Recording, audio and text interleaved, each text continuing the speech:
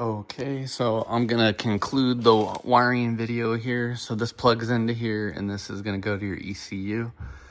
So I pretty much got a schematic for the wiring diagram off the Civic because I don't always trust what I read or hear off the internet, so I always double check myself. So these are the 3 wires you're gonna use right here. One's gonna be blue, one's gonna be blue with a blue stripe, and then a solid yellow wire.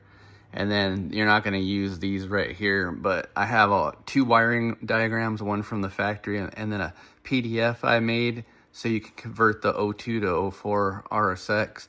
And yeah, I just didn't figure out what these wires were. I figured it out what every single wire is. Like this, see, this is an MIL light, malfunction indicator light for the EP3. The RSX doesn't have it, so it's not going to be connected. But yeah, I put the diagram and you can figure out what all these other wires are too in there, but we're not going to need them. I'm going to depin them off the plug so for a cleaner install. And then basically it's just going to be these 3 wires.